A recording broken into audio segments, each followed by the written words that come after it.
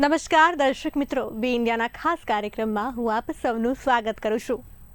દર્શક મિત્રો, રક્ષાબંધન એટલે માત્ર એક રેશમનો દોરો કે મીઠાઈનું મોં મીઠું કરવાનો તહેવાર નથી, પરંતુ એ ભાઈ બહેનના અતૂટ વિશ્વાસ, સ્નેહ અને સમર્પણનું પવિત્ર પર્વ છે.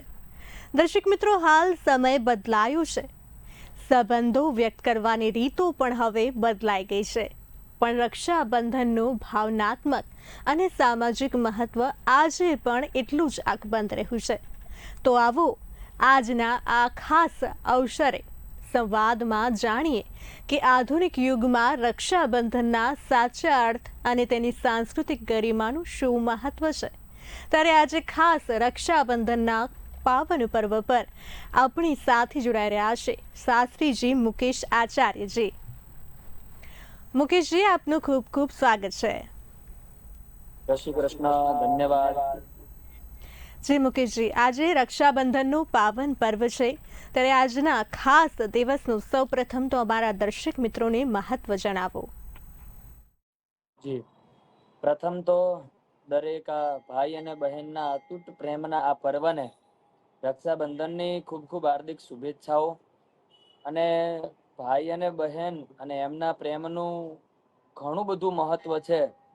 એવું કહી શકાય કે સાક્ષાત માં સરસ્વતીજી જો આ પ્રેમને વર્ણવવા બેસે ને તો સરસ્વતીજી એવું કહે છે કે લિખતી યદિ ગૃહીત્વા શારદા સર્વકાલમ તદપી તવ ગુણાના મીશ પારમ ન યાતિ, કે મારી સાઈન પૂરી થઈ જાય પણ ભાઈ અને બહેનના આ પવિત્ર પર્વનો જે ગુણના છે, જે એની મહત્વ છે, એ પૂરું નથી થઈ શકતું. એટલો બધો અતૂટ પ્રેમ અને એટલું બધું અતૂટ આ પર્વનો મહિમા છે. જી બિલકુલ ઠીક શાસ્ત્રીજી. સાથે બીજો પ્રશ્ન એવો છે મારો કે રક્ષાબંધનના પર્વની આપણે જોઈ રહ્યા છીએ, અત્યારે કહી શકાય કે બહેન ભાઈને રાખડી બાંધે છે દિલથી. તો આ જે પરંપરા જે છે ક્યારથી એની શરૂઆત થઈ એ પણ અમારા દર્શક મિત્રોને જણાવો.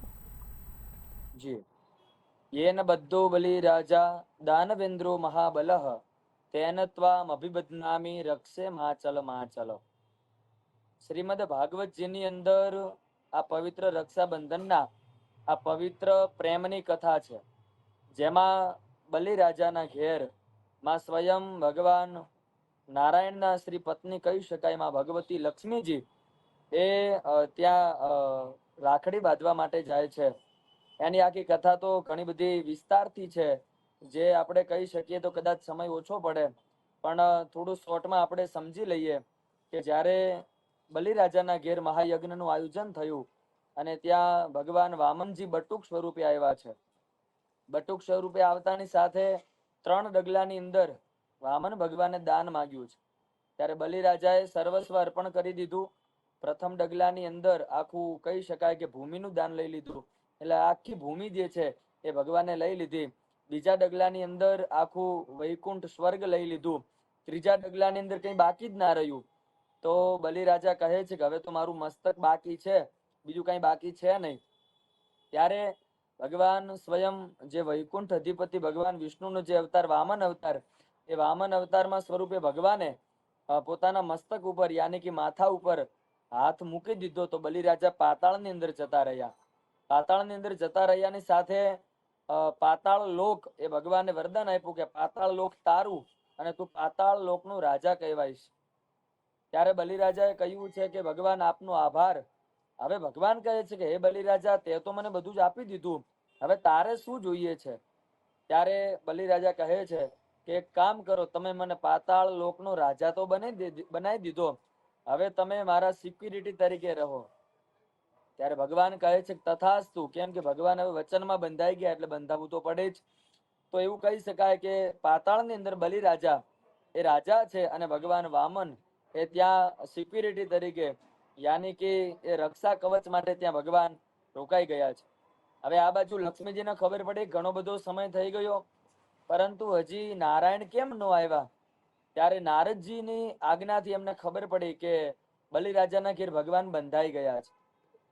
હવે ત્યારે લક્ષ્મીજીએ વિચાર કર્યો કે હવે મારે કરવું શું? બલિરાજાએ તો ભગવાનને બાંધી દીધા, વચનની અંદર બાંધ્યા છે. ત્યારે નારદજીએ કહ્યું છે કે એક કામ કરો, એક પવિત્ર તહેવાર છે. એમાં એવું છે કે ભાઈ અને બહેનનો તહેવાર. હવે બહેન જે વસ્તુ માગે ને એ ભાઈ એ આપી દેતો હોય છે. તો એક કામ કરો, તમે એક તાંતણો રાખડીનો લઈને જાઓ અને ત્યાં જઈને બલિરાજાને તમે ભાઈ બનાવો અને ભાઈ એવું કહે કે બોલો બેન શું જોઈએ છે, ત્યારે તમે પોતાના વરને યાની કે ભગવાન વિષ્ણુને, ભગવાન વામનને આપ માગી લેજો. ત્યારે માં લક્ષ્મીજી એક રાખડીનો તાંતણો લઈને આવ્યા છે. પાતાળ લોકની અંદર, પાતાળ લોકની અંદર આવતાની સાથે જ ભગવાન તો હતા દ્વારપાલ તરીકે. ત્યાં ભગવાને કહ્યું છે કે આપ શું કામ આવ્યા છો? તો કે શાંતિ રાખો, હું શું કામ આવી છું એ આપને ખબર પડી જ જશે. આવતાની સાથે જ બલિરાજાના ઘેર ગયા. બલિરાજાની આજ્ઞા લઈને બલિરાજાને કહ્યું કે હે બલિરાજા, આપ મારા ભાઈ બનશો? ત્યારે બલિરાજા કહે છે કે આમે મારે કોઈ બેન તો છે નહીં, પણ હા હું તારો ભાઈ બનીશ. ત્યારે બલિરાજાને માં ભગવતીએ રાખડી બાંધી છે. રાખડી બાંધતાની સાથે બલિરાજા કહે છે કે હવે તો આપ મારા બહેન બની ગયા, હવે તમારે શું જોઈએ છે? ત્યારે બલિરાજાને માં લક્ષ્મી કહે છે કે જે દ્વારપાલની અંદર જે વામન ભગવાન છે, જે આપના સિક્યુરિટી તરીકે જે ભગવાન છે, એ મને આપી દો, એ મારા સ્વયં પતિ છે. ત્યારથી લઈ અને બલિરાજાએ વામન ભગવાનને ત્યાંથી મુક્ત કર્યા. અને એ દિવસ એટલે કે બળેવનો દિવસ, જેને આપણે કહીએ છીએ રક્ષાબંધન. રક્ષાબંધનના ઘણા બધા કારણો છે, જેમાં અભિમન્યુને પણ રાખડી બાંધવામાં આવી હતી. એ દિવસથી પણ રક્ષાબંધનનો તહેવાર એ મુખ્ય રીતે ધામધૂમથી મનાવવામાં આવતો હોય છે. અને એ સમયે આ શ્રાવણ માસની આ પૂનમે પણ જુઓ રક્ષાબંધન આવે છે, પણ એ સમયે જે પૂનમ હતી એ પૂનમથી લઈને આજના દિવસ સુધી આ પવિત્ર ભાઈ અને બહેનના પ્રેમને આપણે ધામધૂમથી ઉજવતા હોઈએ છીએ. અરે વાહ, ખૂબ જ સુંદર. આજે આપે એક કથા સંભળાવી, ખૂબ જ એવું કહી શકાય કે દર્શકોની ખૂબ જ આનંદ આવ્યો હશે જે આ કહાની હતી. સાથે હવે પૂછવા માંગીશ કે શ્રાવણી પૂનમનું પર ખૂબ જ ધાર્મિક મહત્વ રહેલું છે, ત્યારે એ પણ અમારા દર્શક મિત્રોને જણાવો ખાસ. શ્રાવણી પૂનમનું મહત્વ તો છે જ, સાથે સાથે આખા શ્રાવણ મહિનાનું પણ મહત્વ છે. એવું કહી શકાય, હા એવું કહી શકાય કે શ્રાવણ મહિનાની અંદર શિવે ભક્તિ, શિવે ભક્તિ, શિવે ભક્તિ મનોરમે. શિવની ભક્તિનું પણ એટલું જ મહત્વ બતાવવામાં આવ્યું છે. સાથે સાથે પૂનમનું મહત્વ તો એવું કહી શકાય, અંદાજ લગાવી શકાય કે પૂનમની જે કળાઓ છે, જે ચંદ્રની કળાઓ છે, એ કળાઓનો પ્રેમ અને જે કળાઓ જે પ્રવિરત થઈ રહી હોય છે એનો અતૂટ છે. જેમ ચંદ્ર 16 કળામાં ખીલેલો હોય, એવી જ રીતે ભાઈ અને બહેનનો પ્રેમ પણ 16 કળાઓની જેમ હંમેશા ખીલેલો રહે અને હંમેશા પ્રકાશિત રહે. અને એ જ ભાવ સાથે શ્રાવણી પૂનમનો પણ એટલો જ ખૂબ મહિમા બતાવવામાં આવ્યો છે. જી બિલકુલ ઠીક. શાસ્ત્રીજી, આપણે વાત કરી શ્રાવણ મહિનાની. શ્રાવણ મહિનાનું મહત્વ પણ ખૂબ જ રહેલું છે. આપણે જોતા હોઈએ છીએ કે શ્રાવણ મહિનામાં આપણા બધા જ તહેવારો આવતા હોય છે અને સાથે કહી શકાય કે ભક્તિમાં લીન કહી શકાય. અને સાથે આ બધા જે પર્વ આવતા હોય છે ત્યારે એને લઈને આપ શું કહેવા માંગશો કે એનું બી કેટલું મહત્વ રહેલું છે શ્રાવણ માસનું પણ? હા, પહેલા તો દરેક શિવ ભક્તોને, દરેક સનાતનીઓને 18 વર્ણને ખૂબ ખૂબ શ્રાવણ માસની હાર્દિક શુભેચ્છાઓ. સાથે સાથે ભગવાન શિવજીને પણ આપણે વંદન નમસ્કાર કરીએ, પ્રાર્થના કરીએ કે હે ભગવાન, અહીંયા જે કાંઈ દર્શક મિત્રો છે એ દરેકનું ભગવાન શિવ હંમેશના માટે કલ્યાણ કરે. પવિત્ર શ્રાવણ માસની અંદર આમ 4 સોમવાર હોય છે. એ 4 સોમવારોની અંદર પણ અલગ અલગ દ્રવ્યોથી ભગવાન શિવનો રુદ્રાભિષેક કરવામાં આવતો હોય છે. ભગવાન શિવની આરાધના કરવામાં આવતી હોય છે. સાથે સાથે શક્તિની પણ ઉપાસનાઓ થતી હોય છે. અને એવું કહી શકાય કે કદાચ એક દિવસ, જેમ કે જન્માષ્ટમી તો એ એક જ દિવસ હોય, રામનવમી તો એક જ દિવસ હોય, પણ એ દરેકને દેવતાઓ કહેવાય, પણ એક જ ભગવાન શિવ એવા છે જેને મહાદેવ કહેવાય. અને એમનો એક દિવસ નથી, એમનો આખો મહિનો હોય છે. તો એવું કહી શકાય કે આખો મહિનો ભગવાન શિવની ભક્તિ, આરાધના અને આ શક્તિની ઉપાસનાનો પર્વ મહોત્સવ છે. અત્યારે ઘણા બધા મંદિરોમાં, દેવાલયોમાં, શિવાલયોમાં તમે જાઓ તો ઘણા બધા શિવ ભક્તો પણ ઉમટી પડ્યા છે, જેનાથી ભગવાન શિવજી ઉપર પવિત્ર અલગ અલગ દ્રવ્યોથી અભિષેક કરતા હોય છે. જેમ કે જવ, તલ, સાત ધાન્ય, જળથી, દૂધથી, પંચામૃતથી, આ અલગ અલગ વસ્તુથી ભગવાન શિવની આરાધનાના આ પવિત્ર મહિનાને ખૂબ ધામધૂમથી ઉજવતા હોય છે. જેનાથી ભગવાન શિવની ખૂબ કૃપા અને ખૂબ શ્રદ્ધાથી આપણે ભગવાન શિવને ભજીએ તો એવું કહી શકાય કે દેવોનો દેવ મહાદેવ ભોળિયોનાથ એ આપણા ઉપર ખૂબ કૃપા કરતો હોય છે અને આપણી દરેક જે મનની ઈચ્છાઓ છે, મનના સંકલ્પનાઓ છે, એ ભગવાન શિવ એ દરેક પ્રકારે પરિપૂર્ણ કરતા હોય છે. માટે શ્રાવણ માસનું પણ ખૂબ જ અતિશય અતિ પવિત્ર મહત્વ છે. જય ભોલેનાથ. જી બિલકુલ ઠીક છે શાસ્ત્રીજી. સાથે પૂછવા માંગીશ કે નારિયેળી પૂનમનું પણ ખૂબ જ કહી શકાય વિશેષ મહત્વ રહેલું છે, એ પણ અમારા દર્શક મિત્રોને ચોક્કસથી આપ જણાવો. હા, નારિયેળી પૂનમ. નારિયેળી પૂનમનું આમ તો તમે જોઈએ ને તો શાસ્ત્રીય મત રીતે તો અલગ અલગ ઘણા બધા કારણો છે, પણ એવું કહી શકાય કે નારિયેળી જે પૂનમ છે એની અંદર દીકરી અને પિતાનું મહત્વ પણ બહુ સરસ રીતે સમજાવવામાં આવ્યું છે. દીકરી અને ભાઈ એટલે અર્થાત કે ભાઈ અને બહેનના મહત્વ પ્રેમનું પણ ખૂબ સરસ રીતે સમજાવવામાં આવ્યું છે. તમે નારિયેળી પૂનમ જુઓ ને તો કે નારિયેળ એટલે શું, નારિયેળનો ગુણધર્મ શું છે, નારિયેળ કેવું હોય. નારિયેળ આપણે જોઈએ ને તો એ બહારથી કઠણ છે અને અંદરથી નરમ છે.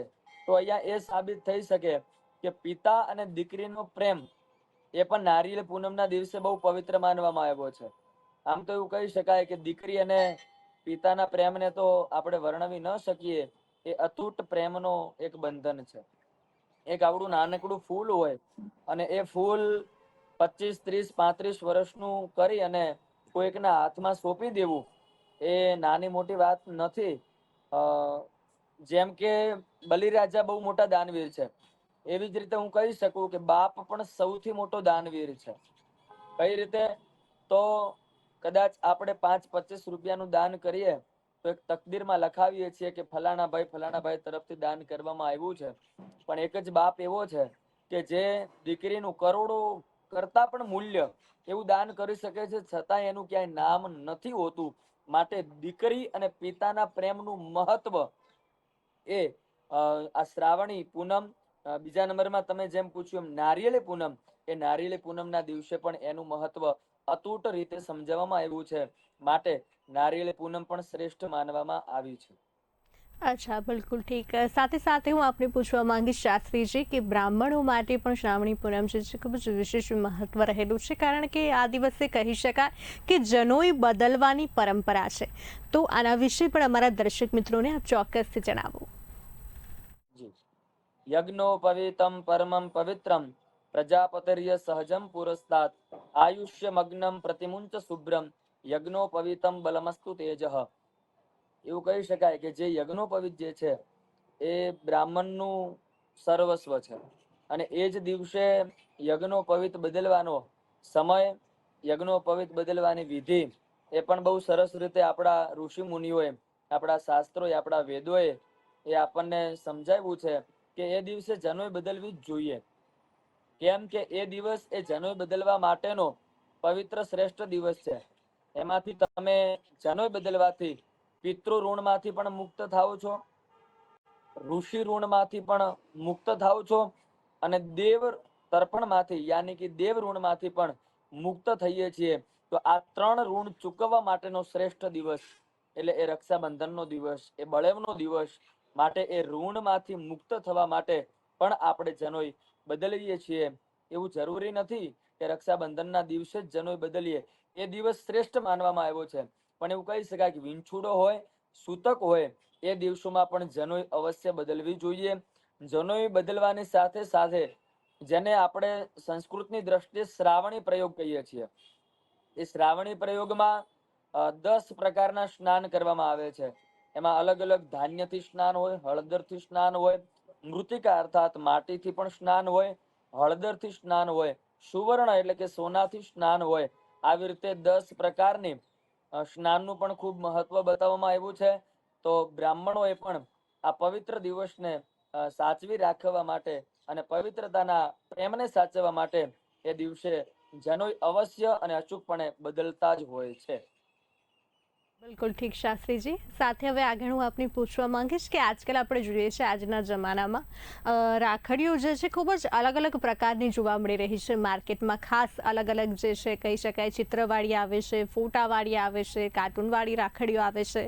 તો એવું બની શકે કે આજે જે પ્રકારે અલગ અલગ રાખડીઓ જે હોય છે તે માર્કેટમાં આવી રહી છે ત્યારે લોકો રાખડી બાંધતા હોય છે પોતાના ભાઈને, પરંતુ કોઈ એવું છે કે રાખડી બાંધવાની સાચી રીત શું છે શાસ્ત્રીજી?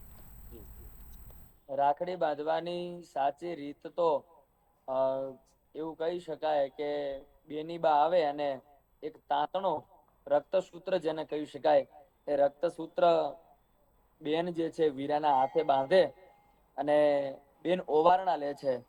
ઓવારણા લઈ અને એટલું કહે છે કે હે ભગવાન, મારા ભાઈની રક્ષા કરજો, મારા ભાઈને ક્યારેય કોઈની નજર ન લાગે. ત્યાર પછી મીઠું મોં કરાવે છે.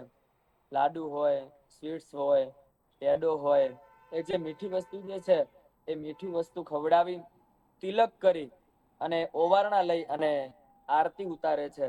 આ સાચી પદ્ધતિ છે. અત્યારના સમયની અંદર ઘણી બધી ટ્રેડિશનલ રાખડીઓ આવી ગઈ છે, જેમાં સ્પાઈડરમેન હોય, જેમાં છોટા ભીમ હોય, જેની અંદર નાના નાના ઇમોજી હોય. ખરેખર અત્યારના સમયની અંદર એવું કહી શકાય કે જે લોકો માર્કેટમાં વેચે છે એનો કોઈ વિરોધ નથી. એ નાના બાળકો માટે આપ વેચો છો, વેચી શકો છો, પણ સાચી રીત શું છે તો કે સ્વસ્તિક હોય. અત્યારના સમયની અંદર જો રાખડીઓ આપણે મારી દ્રષ્ટિએ હું કહું તો સ્વસ્તિક વાળી પણ આવે, શ્રી વાળી પણ આવે છે, ભાઈ વીરો આવી પણ આવે છે, ધર્મો રક્ષતી રક્ષિત આવી પણ રાખડીઓ આવે છે. તો આપણે પૂર્વ સંસ્કૃતિને અનુસરીને જે આપણા વીરાના હાથમાં શોભે, જેમ કે સ્વસ્તિક હોય, રુદ્રાક્ષનો મણકો હોય, મોતીનો મણકો હોય, આવીમાં આપણે જો રાખડીઓ એમના હાથની અંદર બાંધીએ છીએ તો એ અતિ શોભાયમાન થાય છે. અને અર્થ એવો છે કે એ આપણા શાસ્ત્રોને અનુસરી અને આપણા શાસ્ત્રોને ધ્યાનમાં રાખી અને એ આપણે રાખડી બાંધી છે. કેમ કે શુભ કર્મની અંદર સ્વસ્તિક, શ્રી આ બધા જે રાખડીઓના જે ચિહ્નો છે એ વિશેષ રૂપે અસર કરતા હોય છે. તો માટે સાચી રીત તો એ છે કે રાખડીનો તાંતણો જો બાંધીએ છીએ અને રક્ષા કવચ જે બાંધીએ છીએ અવશ્યપણે એમનું રક્ષણ થતું હોય છે. જી બિલકુલ ઠીક. આજના સમયમાં મુકેશ આપણે જોઈએ કે બહેન જે છે પોતાના ભાઈને તો રાખી બાંધે છે, પરંતુ સાથે સાથે નણંદ જે છે એમની ભાભીને પણ રાખી બાંધે છે. તો આને આપ કઈ રીતે જોવો છો? જી, હવે જેટલું ભાઈનું મહત્વ છે એટલું જ ભાભીનું પણ મહત્વ હોય છે. એવું કહી શકાય કે ભાભી અને નણદ એ કદાચ નણદ શબ્દ નહીં પણ બંને સગી બહેનો જેવો વ્યવહાર કરતો હોય છે. તો એમાં માત્ર ભાઈની રક્ષા માટે હિત બેન ન ઈચ્છે, બંનેનું હિત ઈચ્છે છે નિસ્વાર્થપણે, કે માત્ર મારા ભાઈનું રક્ષણ થાય એ નહીં, મારી ભાભીનું પણ રક્ષણ થવું જોઈએ. કેમ કે ભાઈને ભાભી એટલી જ વાલી હોય છે જેટલો ભાઈ વહાલો હોય છે. કેમ કે કદાચ આવનારા સમયની અંદર ભાઈ અને ભાભીનું મહત્વ પણ ખૂબ સરસ રીતે સમજાવવામાં આવ્યું છે કે ત્યાં ભાઈ છે એ નારાયણ હોય છે અને ભાભી છે એ લક્ષ્મીનું સ્વરૂપ બની જાય છે. તો બહેન એ લક્ષ્મી અને નારાયણ એ બંનેને રાખડી બાંધે છે કે માત્ર નારાયણનું રક્ષણ નહીં, સાથે સાથે લક્ષ્મીનું પણ રક્ષણ થવું જ જોઈએ. માટે સનાતન ધર્મ, આપણા ઋષિ મુનિઓ એ ઘણું બધું આપણને સમજાવી ગયા કે માત્ર આ ધર્મની આ ધરા ઉપર માત્ર પુરુષ ભાઈઓનું મહત્વ નથી, સાથે સાથે એમની ભાઈઓની જે ધર્મપત્ની યાની કે ભાભી, નારી તત્વ, એમનું પણ એટલું જ મહત્વ છે. એમને પણ એટલો જ હક આપવો જોઈએ. જેટલો આપણે ભાઈને પ્રેમ કરીએ છીએ એટલો જ ભાભીને પણ આપણે પ્રેમ કરવો જોઈએ, એવું છે. જી બિલકુલ ઠીક મુકેશ. સાથે આપણે જોતા હોઈએ છીએ કે કોઈ દિવસે કોઈ પર્વ પર અચાનક એવું કહી શકાય કે બહેનથી ભાઈ દૂર હોય ત્યારે આ રક્ષાબંધનનું કહી શકાય કે ત્યારે ભાવના કેવી રીતે જાળવી શકાય, એ દિવસે રાખી ના બાંધી શકે તો?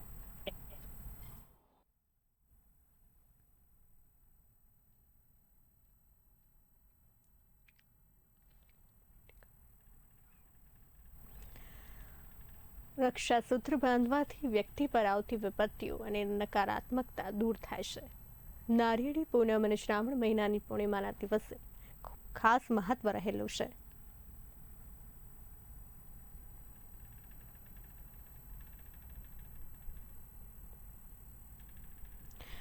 રાખડીના એક નાનકડા દોરામાં છુપાયેલી છે ઘણી બધી લાગણીઓ, પ્રેમ અને વિશ્વાસની અનમોલ ગાંઠ. બહેન ભાઈના કાંડા પર રાખડી બાંધીને માત્ર રક્ષણનું વચન નથી લેતી, પરંતુ જીવનભરના પ્રેમ અને અતૂટ સંબંધને વધુ મજબૂત બનાવે છે. સમય બદલાયો, સંબંધો વ્યક્ત કરવાની રીત પણ બદલાઈ, પરંતુ ભાઈ બહેનના પવિત્ર બંધનની મીઠાશ આજે પણ એટલી જ છે. રાખડીનો આ દોરો ભાઈની કડાઈ પર બંધાય છે, પરંતુ તેની સાથે જોડાય છે બહેનની આશા અને વિશ્વાસ. મુકેશજી, જી હું આપને પૂછવા માંગીશ કે જે ખાસ મુહૂર્ત રહેલા છે રક્ષાબંધન પર, જે મુહૂર્તમાં રાખડી બાંધવી જોઈએ તેનું પણ કેટલું મહત્વ રહેલું છે એ જણાવો અમારા દર્શક મિત્રોને. આમ તો એવું કહી શકું કે મુહૂર્ત પ્રમાણે પણ ઘણી બધી અસર થતી હોય છે, ઇફેક્ટ થતી હોય છે, પણ અહીંયા પ્રેમના મુહૂર્તની વાતો છે બેન. કે જ્યારે વ્યક્તિનો જન્મ થાય ત્યારે કોઈ મુહૂર્ત નથી હોતું, અને જ્યારે વ્યક્તિનું ભગવાનના ધામમાં સ્વધામ ગમન થવાનું થાય ત્યારે પણ કોઈ મુહૂર્ત કે ચોઘડિયું નથી હોતું. તો જ્યારે જ્યારે પ્રેમની વાત આવે ત્યારે યેન બધ્ધો બલિ રાજા દાનવેન્દ્રો મહાબલ તેન ત્વામભિબધ્નામિ રક્ષે માચલ માચલ. ખાલી બેન આટલો શબ્દ બોલી જાય ને ગમે તે સમયની અંદર કે મારા વીરાને કોઈની નજર ન લાગે અને મારા વીરાનું ભગવાન રક્ષણ કરે, આટલું બોલતાની સાથે જગતના નાથને પણ ત્યાં હાજર થવું પડે છે. એ કદાચ કહી શકું કે મુહૂર્તની તાકાત નથી, પણ એ બેનના પ્રેમની તાકાત છે. બીજા નંબરની અંદર દિવસની અંદર મુહૂર્ત હવે અસર પણ કરે છે. કઈ રીતે? કે જ્યારે ભગવાન રામચંદ્રજીએ ધનુષ ઉપાડ્યું અને એની પેલા રાવણે ધનુષ ઉપાડ્યું, બંનેની રાશિ તો એક જ હતી, ઠીક છે. જ્યારે રાવણ ધનુષ્ય ઉપાડે છે ત્યારે એ ધનુષ્ય નથી ઉપડતું. કેમ? આખો કૈલાસ પર્વત રાવણ ઉપાડી શકે છે, તો એક રામનું ભગવાન શિવનું ધનુષ્ય કેમ ના ઉપાડી શકે? પણ જો આપણે ચોઘડિયા પ્રમાણે મુહૂર્ત પ્રમાણે કહીએ તો એ સમયની અંદર રાહુકાળ ચાલતો. રાહુકાળની અંદર એ ધનુષ્ય ન ઉપડ્યું. બીજા નંબરની અંદર જ્યારે ભગવાન રામચંદ્રજીએ ધનુષ્ય ઉપાડ્યું ત્યારે શુભકાળ ચાલતો હતો, હે ને? તો ત્યારે એ ધનુષ્ય ઉપડ્યું છે.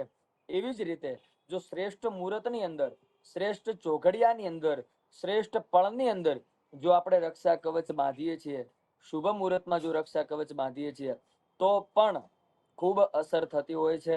માટે ઘણા બધા મુહૂર્તો પણ બતાવવામાં આવ્યા છે કે સવારમાં શુભ ચોઘડિયું હોય, રોગ ચોઘડિયું હોય તો ન બાંધી શકાય, કાળ ચોઘડિયું હોય તો ન બાંધી શકાય, ઉદ્વેગ ચોઘડિયું હોય તો ન બાંધી શકાય. પણ જો લાભ હોય, અમૃત હોય તો આ ચોઘડિયા જે છે એ ચોઘડિયાની અંદર અવશ્યપણે રાખડી બાંધી શકાય. એ શ્રેષ્ઠ મુહૂર્ત જ છે. જી મુકેશ, બિલકુલ ઠીક. અંતે એક છેલ્લો સવાલ મારો કે આપણે જોઈએ છે આજના સમયમાં અને જૂના સમયમાં આપને શું જે છે ફેરફાર જોવા મળે છે રક્ષાબંધનના તહેવારને લઈને? જી, પૂર્વ સંસ્કૃતિ પ્રમાણે અને આ પશ્ચિમી સંસ્કૃતિ પ્રમાણે, આ પશ્ચિમી સંસ્કૃતિ આપણે અત્યારે જીવી રહ્યા છીએ.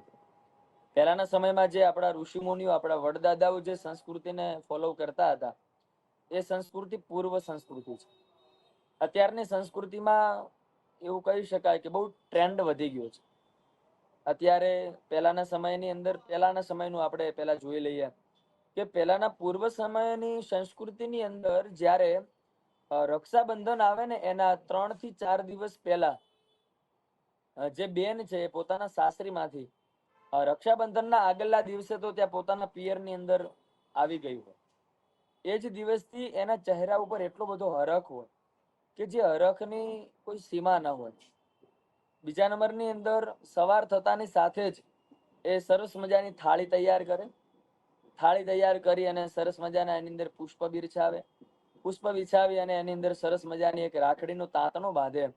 રાખડી તાંતણો બાંધતાની સાથે જ એ જ્યારે એક સરસ મજાનું આસન પાથરી પોતાના ભાઈને ત્યાં બિરાજમાન કરી અને ત્યાં ભાઈ અને બહેનના થોડી લાગણી, કરુણ રસની વાતો આવે છે. અને કહે છે કે આપણે જ્યારે નાના હતા ત્યારે આપણે એકબીજાની મસ્તી કરતા, મજાક કરતા, પણ અત્યારે થોડો સમય વિચલિત થઈ ગયો એટલે એ સમય વિચલિત થતાની સાથે થોડું પૂર્વ સંસ્કૃતિનો પવન સ્પર્શે છે. એવી જ રીતે અ, ઘણા બધા ગીતો પણ છે, જે લોકગીતો કે વીરો જે શાંતિથી બેઠો હોય અને બેન ગાતી હોય કે બેની બાંધવને બાંધે છે અમર રાખડી રે, કે ઘણું જીવો મારા વીર, ઘણું જીવો મારા વીર, બેની બાંધવને બાંધે છે અમર રાખડી રે. આવા ગીતો ગાતા સાથે સાથે ઓવારણા લેતા જાય અને બેન જે છે પોતાના વીરાને રાખડી બાંધે છે. પણ અત્યારે પશ્ચિમી સંસ્કૃતિમાં એવું થયું છે કે વીરો તો હાજર હોતો જ નથી. વીરો ક્યાંક અમેરિકા બેઠો હોય, ક્યાંક ફોરેનમાં બેઠો હોય, ક્યાંક ઓફિસમાં બેઠો હોય. કદાચ અત્યારે ક્યાંક ને ક્યાંક પ્રેમની અછત છે. બિલકુલ. અત્યારે બેનો પણ ક્યાંક ફોરેનરમાં બેઠા હોય તો ત્યાંથી અત્યારે સિસ્ટમ કુરિયરની થઈ ગઈ. કુરિયર સિસ્ટમમાં આવી જાય. પહેલા જે પ્રેમ હતો એવો પ્રેમ અત્યારે નથી. અત્યારે એક ઘણી બધી બહેનો જે પહોંચી નથી શકતી તો રાખડીઓ કુરિયર કરી દે છે ને ભાઈ જાતે બાંધી દે છે. તો અત્યારે કદાચ પ્રેમની મને અછત ત્યાં દેખાઈ રહી છે. તો અત્યારે પણ એ પૂર્વ સંસ્કૃતિને અનુસરી અને દરેક બહેનોએ પોતાના ભાઈના ઘેર અવશ્ય જવું જ જોઈએ અને રાખડી બાંધવી જોઈએ. આળસને ત્યાગ કરી કદાચ કદાચ ધંધો ઓછો કરીએ તો ચાલે, પણ પોતાના વીરાને ત્યાં પહોંચવું જોઈએ અને વીરાને અવશ્ય ઘરે હાજર રહેવું જોઈએ અને વીરાએ બેનને આમંત્રણ આપવું જોઈએ અને બેને વીરાનું આમંત્રણ સ્વીકાર કરી અને પોતાના પરિવારની સાથે બે ચાર બહેનો, જે કઈ બહેનો હોય, એક બેન હોય, બે બેન હોય, ચાર પાંચ બહેનો હોય, એકબીજાની જે પૂર્વ સંસ્કૃતિને અનુસરી અને બાળપણની વાતોની સાથે એક પ્રેમના વૃક્ષને હંમેશા તાજું રાખવું જોઈએ. એ અત્યારે ચોક્કસપણે આપણે દરેક જણાએ, દરેક લોકોએ એને અનુસરી અને આ પર્વને ધામધૂમથી ઉજવવો જ જોઈએ. બિલકુલ ઠીક મુકેશજી. શાસ્ત્રીજી આજે ખાસ દિવસે અમારી સાથે જોડાયા અને એટલી સરસ રીતે અમારા દર્શક મિત્રોની માહિતી આપી આજના રક્ષાબંધનના પાવન પર્વ પર, એ બદલ આપનો ખૂબ ખૂબ આભાર. ધન્યવાદ. દરેક જણને રક્ષાબંધનની આપને અને આપના પરિવારને ખૂબ ખૂબ હાર્દિક શુભેચ્છાઓ. ભાઈ અને બહેનના આ પવિત્ર પર્વને આપ હંમેશા આ પ્રેમમય, જાગૃતમય રાખો એવી ભગવાન વામનજીને, દ્વારકાધીશને અને શ્રાવણ માસમાં ભગવાન શિવને ખૂબ હૃદયથી, પ્રેમથી પ્રાર્થના સહ અભિનંદન. ખૂબ ખૂબ ધન્યવાદ. આભાર. ખૂબ ખૂબ આભાર આપનો. તો દર્શક મિત્રો, અંતમાં એટલું જ કહેવાય કે રક્ષાબંધન એ માત્ર એક દિવસની ઉજવણી કે ફોર્માલિટી નથી, પણ આજીવન નિભાવવાનો પવિત્ર સંબંધ છે. પવિત્ર રાખીનો આ દોરો આપણને યાદ અપાવે છે કે ગમે તેવી પરિસ્થિતિમાં પણ આપણે પરિવાર અને સમાજની નારી શક્તિ સાથે અડીખમ ઊભા રહેવાનું છે. તો ચાલો આજના આ પર્વ એકબીજા પ્રત્યેનો પ્રેમ, વિશ્વાસ અને સન્માન વધુ મજબૂત બનાવીએ. આપ સૌને બી ઇન્ડિયા તરફથી રક્ષાબંધનની ખૂબ ખૂબ શુભેચ્છાઓ.